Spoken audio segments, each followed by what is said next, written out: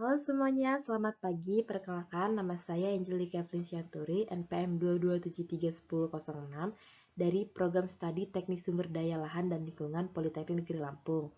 Di sini saya akan menjelaskan salah satu metode analisis investasi dalam ekonomi teknik. Jadi, analisis investasi itu adalah didefinisikan secara sederhana sebagai aktivitas penilaian untuk mengetahui kinerja masa depan suatu aset investasi atau sekuritas atau sektor serta menentukan apakah itu sesuai dengan kebutuhan kita. Analisa investasi juga berfungsi sebagai panduan bagi Anda sebagai investor untuk membantu Anda mengambil keputusan investasi yang tepat. Pertimbangan yang berbeda seperti laporan neraca dan faktor lainnya dapat menjadi sorotan dan datanya digunakan untuk prediksi di masa depan. Jadi analisis investasi ini untuk mengetahui keuangan yang akan kita pakai di masa depan. Selanjutnya, tujuan dari analisa investasi.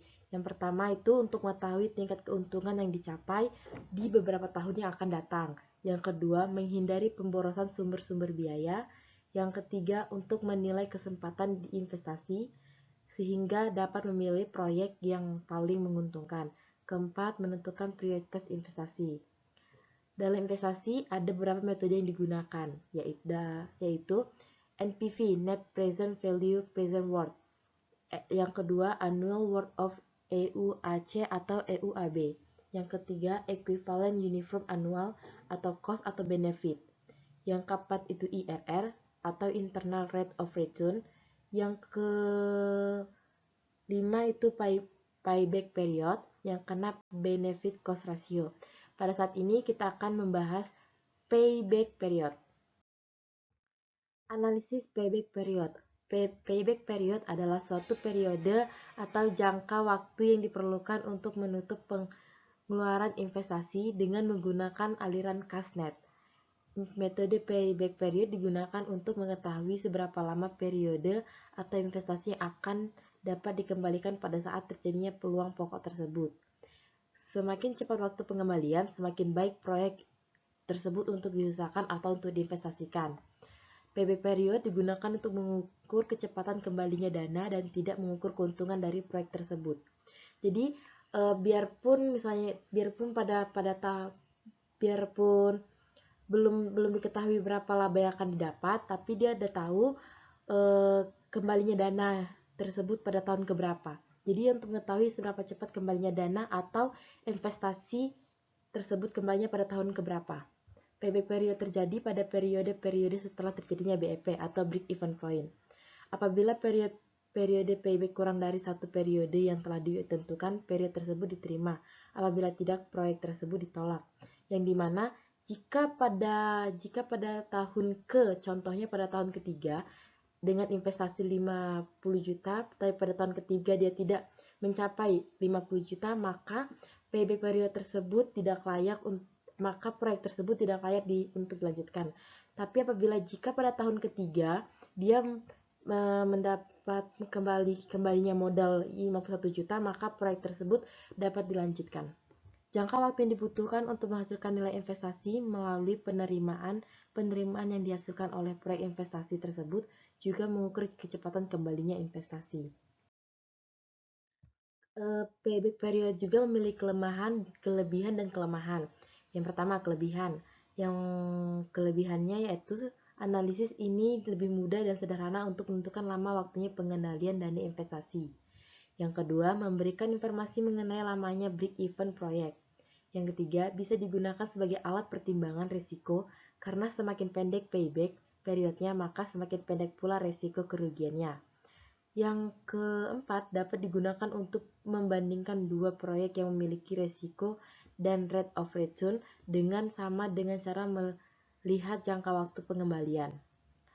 Kelemahannya, analisis ini mengabaikan penerimaan investasi atau forecast yang diperoleh suatu payback period tercapai.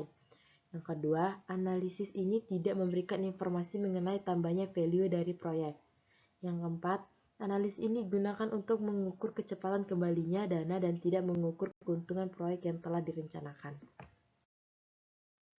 Untuk menghitung rumus payback period itu ada dua cara. Yang pertama, jika arus kasnya nilainya sama, maka payback period dapat dihitung dengan rumus NP sama dengan price dibagi NCV atau net cash flow-nya.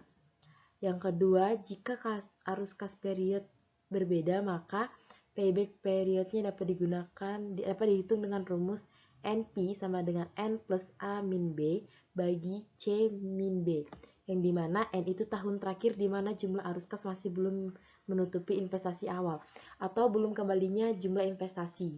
Yang A itu untuk jumlah investasi, yang B itu jumlah kumulatif arus kas pada tahun ke N, atau arus kas yang tahun KN yang pada tahun KN itu jumlah arus kasnya misalnya misalnya investasinya 50, arus kasnya baru pada tahun ketiga itu arus kasnya masih 49, berarti itu B-nya.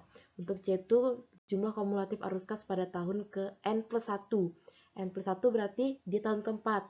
Tahun keempat dia udah kembali jadi misalnya investasinya 50 juta, tapi pada tahun keempat dia udah dapet 55 juta. Maka untuk C-nya jumlah kumulatif pada arus kas pada tahun ke N plus 1 itu 55 juta. Kita langsung ke contoh soal dan penyelesaiannya. Yang pertama itu sebuah proyek melakukan investasi sebesar 50 juta dan I itu adalah untuk bunganya sebesar 10%. Nilai residunya 0 dan umur proyeknya 10 tahun. Ditanya, hitung PV dan NPV. Pertama, kita menghitung nilai depresiasi.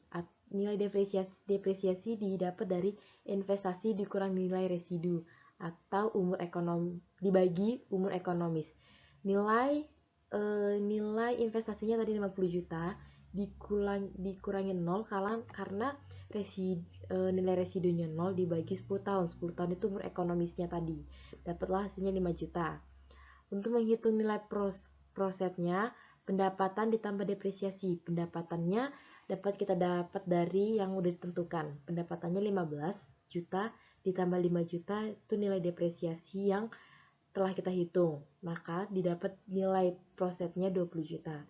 Untuk nilai PV itu bunga dikali proset. Jadi bunganya kan 10% dikali dengan prosetnya tadi yang udah kita temuin 20 juta. Jadi untuk nilai PV-nya 18.192. Untuk nyari PV, prospek dan nilai depresiasi sama saja untuk ke bawah. Untuk nilai pendapatan untuk nilai dari tahun pertama sampai tahun seterusnya. Terus untuk nilai proset kumulatif, nilai awal proset ditambah nilai proset setelahnya. Maksudnya itu nilai awal nilai proset kumulatifnya tadi kan 20 juta. Terus nilai tahun keduanya itu 19 juta. Nah, pada tahun pertama dia tetap 20 juta, tapi tahun kedua itu nilai proset awal yang 20 juta ditambah nilai proset awal tahun yang kedua. Jadi 20 juta tambah 19 juta, maka nilai proset kumulatifnya 39 juta. Begitu juga untuk tahun ketiga. Nilai proset kumulatif tahun kedua ditambah dengan nilai proset tahun ketiga, makanya dan seterusnya. Untuk menghitung nilai NPV-nya atau yang ditanya itu jumlah PV dikurangi investasi. Jadi jumlah PV yang ini itu semuanya dijumlahin dari tahun pertama sampai tahun ke-10. Nah, setelah dapat jumlahnya dikurangi jumlah PV dikurangi investasi, maka dapatlah NPV-nya 50 juta. Untuk menghitung nilai NP, dikarenakan NP-nya nilai pendapatannya tidak sama atau nilai harganya tidak sama, maka NP-nya menggunakan rumus N plus A min B dibagi C min B. N itu tahun terakhir dia minus. Jadi atau tahun terakhir dia belum kembalinya investasi tersebut. Pada tabel itu pada tahun kedua, untuk A ini tadi nilai investasi berarti 50 juta dikurangi B tahun terakhir dia minus. Tahun terakhir dia minus itu pada 39 juta dibagi C itu tahun N plus 1, berarti tahun pertama dia plus atau tahun pertama dia mendapat keuntungan, dimana investasinya itu sudah balik lagi. Itu 27 juta dikurangi B tadi masih nilai minusnya berarti 39, maka didapatlah 2,61. Dimana 2061 ini berarti lebih spesifiknya. Jadi ngitung payback period itu mencari nilai spesifik tahun keberapa dan bulan keberapa suatu proyek itu investasinya dapat balik lagi. Jadi pada tahun 2 tahun 6 bulan ya, bisa dibulatin jadi 2 tahun 6 bulan, suatu proyek itu dapat mengembalikan nilai jumlah investasi yang tadi. Mungkin sekian penjelasan dari saya. Jika ada yang ingin ditanyakan, silahkan tanya ke komentar.